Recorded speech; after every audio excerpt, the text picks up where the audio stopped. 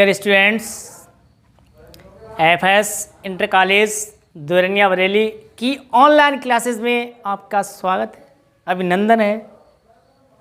तो प्रिय बच्चों, लास्ट लेक्चर लास्ट डे मैंने आपको जो टॉपिक हमारा चल रहा था प्रेजेंट परफेक्ट टेंस, जिसका मैं आपको अफर्मेटिव सेंटेंसेस और नेगेटिव सेंटेंसेस पढ़ा चुका हूं। तो नेक्स्ट टुडे आज इंटेरोगेटिव सेंटेंसेस, यानी इस टेंस के जो इंटेरोगेटिव सेंटेंसेस होते हैं उसकी हम ट्रांसलेट इंग्लिश में किस प्रकार करेंगे प्रिय बच्चों। तो आइए नेक्स्ट चलते हैं। तो इंटेरोगेटिव सेंटेंसेस क्या होते हैं, ऑलरेडी पहले पूर्व में मैं आपको बता चुका हूं कि इंटेरोगेटिव सेंटेंसेस दो प्रकार के होते हैं। एक तो क्या शब्द से प्रारंभ होता है हिंदी वाक्य। तो जब क्या शब्द से हिंदी वाक्य प्रारंभ होता है तो वो सिंगल इंटेरोगेटिव में आता है, और जब क्वेश्चन वर्ड से अगर इंग्लिश सेंटेंस प्रारंभ होता है और हिंदी वाक्य में क्वेश्चन वर्ड यानी जो प्रश्न सूचक शब्द होते हैं वो अगर हिंदी वाक्य में आता है तो हम उसको बोलते हैं डबल इंट्रोगेटिव सेंटेंसेस। तो इसको भी मैं एक्सप्लेन करूंगा कि कैसे ये मैंने बोल दिया कि ये सिंगल इंट्रोगेटिव है और कैसे मैंने ये बोल दिया ये डबल इंट्रोगेटिव है। ठीक प्रिय बच्चों, बताऊंगा मैं आपको, जुड़ते रहिए हमारे साथ, देखते रहिए हमारा वीडियो, अवश्य बताऊंगा आपको। तो फर्स्ट तो यही होता है रूल कि जब हिंदी वाक्य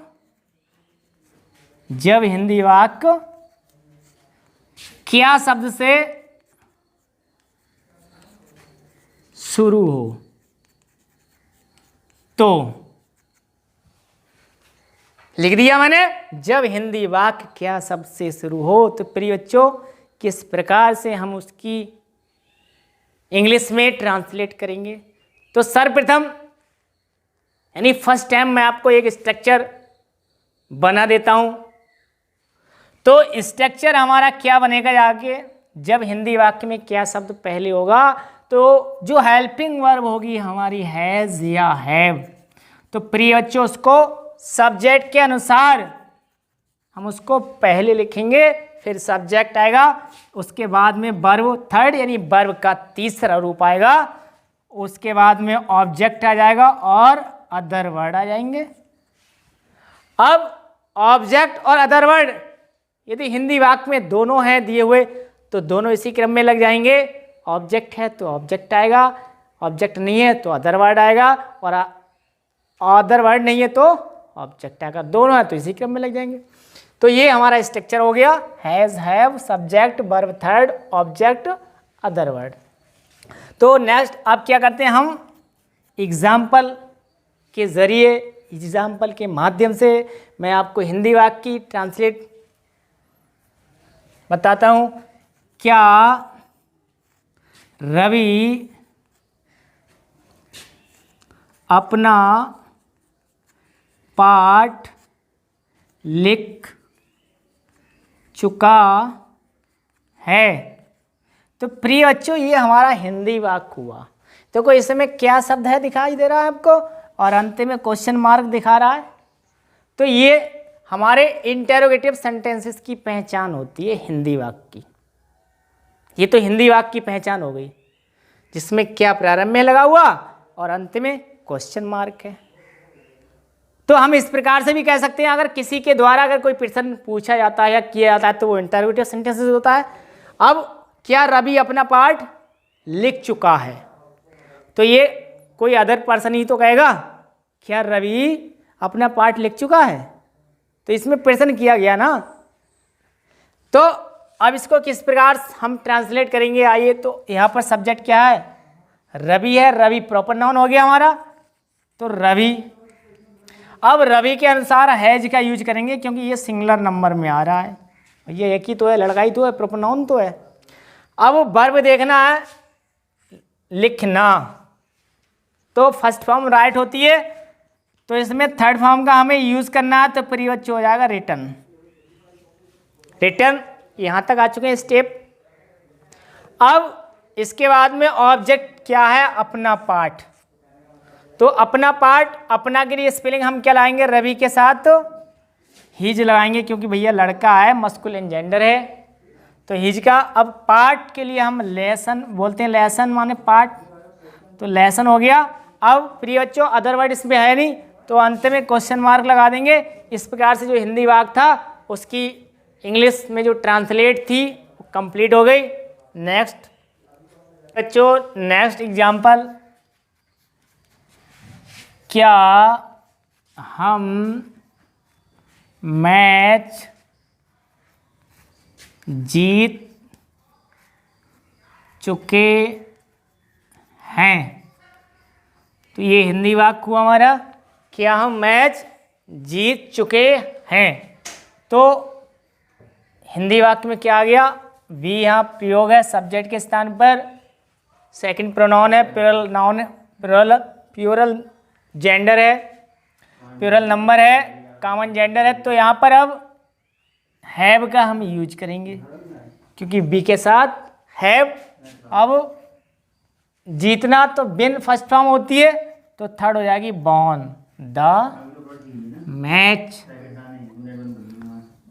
तो इस प्रकार से जो हिंदी वाक्य था उसकी जो ट्रांसलेट थी वो कंप्लीट हो गई, have be born the match. अब प्रिय बच्चों मैंने आपको बताया था कि जो इंटरोगेटिव सेंटेंस होते हैं दो प्रकार के होते हैं, सिंगल इंटरोगेटिव और डबल इंटरोगेटिव।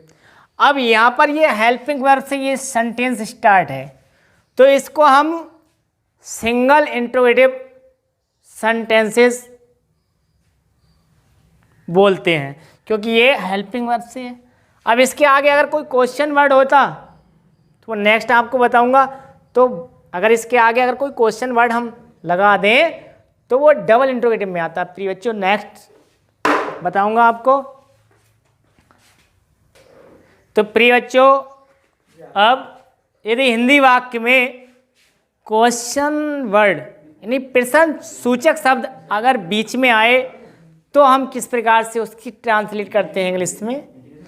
तो मैंने लिखा है कि जब हिंदी वाक्य में क्वेश्चन वर्ड बीच में आए तो उसका स्ट्रक्चर बनेगा, क्वेश्चन वर्ड जो होगा वो स्टार्ट में आ जाएगा सब्जेक्ट के अनुसार, हैज या हैव, वर्ब थर्ड, ऑब्जेक्ट और अदर वर्ड। ठीक, तो यही हमारा जो है, क्योंकि इसमें इससे पूर्व में जब हिंदी वाक्य में क्या प्रारंभ में था लगा हुआ, तो उसमें क्या कर रहे थे हम हेल्पिंग वर्ब को पहले लिख रहे थे, यानी हेल्पिंग वर्ब से हम इंग्लिश वाक्य की शुरुआत कर रहे थे, तो वो हमारा सिंगल इंट्रोगेटिव में आता है यहाँ तक। यानी अगर हैज़ या हैव से सेंटेंस स्टार्ट है, यानी किसी भी हेल्पिंग वर्ब से अगर सेंटेंस की शुरुआत है, स्टार्टिंग है, तो वो हमारा सिंगल इंट्रोगेटिव में आता है।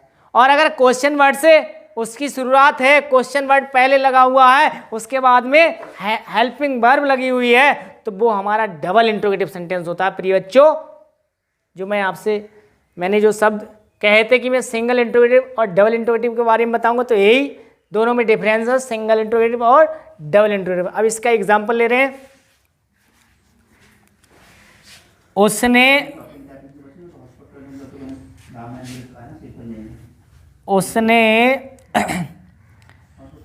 मेरा काम क्यों किया है।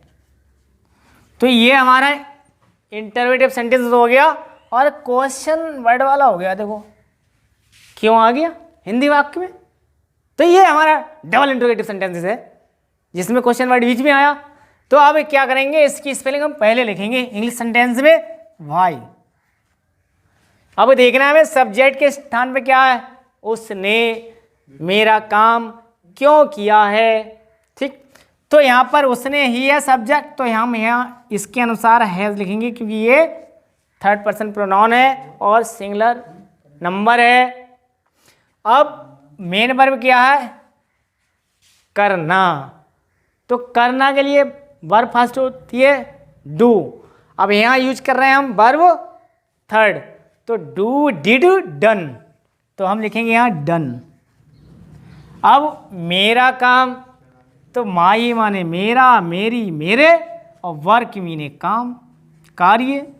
तो इस प्रकार से जो हिंदी वाक्य था उसकी ट्रांसलेट हो गई, भाई has he done my work, उसने मेरा काम क्यों किया है। नेक्स्ट एग्जाम्पल है, नीतू अपना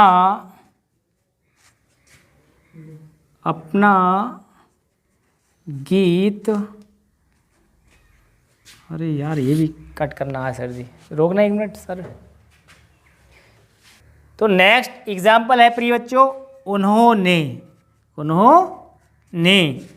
आ और भी अभी और तक अभी तक क्या किया है।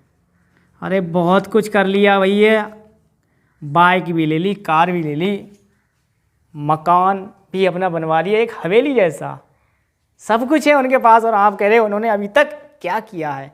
तो प्रिय बच्चों ये हमारा जो है वो इंटरोगेटिव सेंटेंसेस है, और कौन सा प्रश्न सूचक शब्द वाला है, जिसमें क्या शब्द आया है। ठीक, जब क्या शब्द इसमें आया है तो ये क्वेश्चन वर्ड है, इसकी स्पेलिंग हम पहले लिखेंगे व्हाट, क्या। अब सब्जेक्ट के स्थान पे उन्होंने, तो हम इसके लिए दे लिखेंगे, तो दे के अनुसार हेल्पिंग वर्ब प्रिय बच्चों क्या आएगी, हैव, तो हम यहाँ हैव राइट करेंगे। अब वर्ब थर्ड क्या है, करना, फिर वही वर्ब आ गई प्रिय बच्चों निकल कर, do, did, done, do, did, done, तो हम क्या लिखेंगे यहाँ पर, डन लिखेंगे, ये तीसरा रूप हो गया। ठीक, अब अभी तक, तो प्रिय बच्चों अभी तक के लिए हम लगाते हैं यट मीन होता है अभी तक। ठीक, तो ये एडवर्ब ऑफ टाइम है, अभी तक, क्योंकि ये समय का संकेत दे रहा है हमें। तो प्रिय बच्चों इस प्रकार से जो हमारा हिंदी वाक्य था उसकी इंग्लिश ट्रांसलेट कंप्लीट हो गई। तो प्रिय बच्चों नेक्स्ट मैं आपको बताता हूँ, अगर हिंदी वाक्य में अगर कौन या किसने शब्द आता है तो उसका हम किस प्रकार से ट्रांसलेट करेंगे। तो हु मीन होता है कौन या किसने, पूर्व लेक्चर में भी आपको बता चुका हूं। तो हमें क्या करना है, हु एक ऐसा क्वेश्चन वर्ड है जो सिंगुलर सब्जेक्ट का कार्य करता है, और सिंगुलर सब्जेक्ट के स्थान पर ही इसका यूज किया था। एग्जांपल लेते हैं हम, मेरा पेन किसने चुराया है। तो प्रिय बच्चों ये हमारा हिंदी वाक्य है, मेरा पेन किसने चुराया है। ठीक, तो यहाँ हु किसकी ओर संकेत कर रहा है, किसने शब्द किसी व्यक्ति यानी किसी पर्सन की ओर तो संकेत कर रहा है। अब उसमें चाहे वो मेल हो चाहे फीमेल हो, तो इसके लिए हम हु का यूज करेंगे। ये सिंगुलर सब्जेक्ट के स्थान पे आ गया।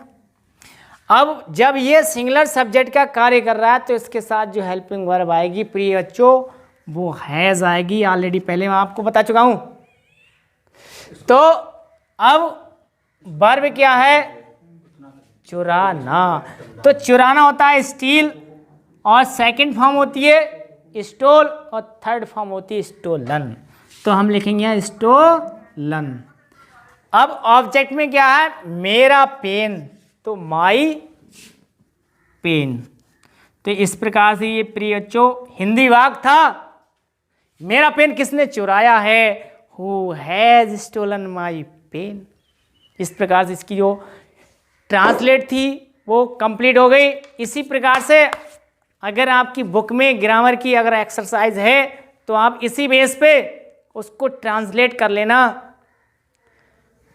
आसानी से आप ट्रांसलेट कर लेंगे, क्योंकि मैंने स्ट्रक्चर भी दे दिया, एक्सप्लेन भी कर दिया।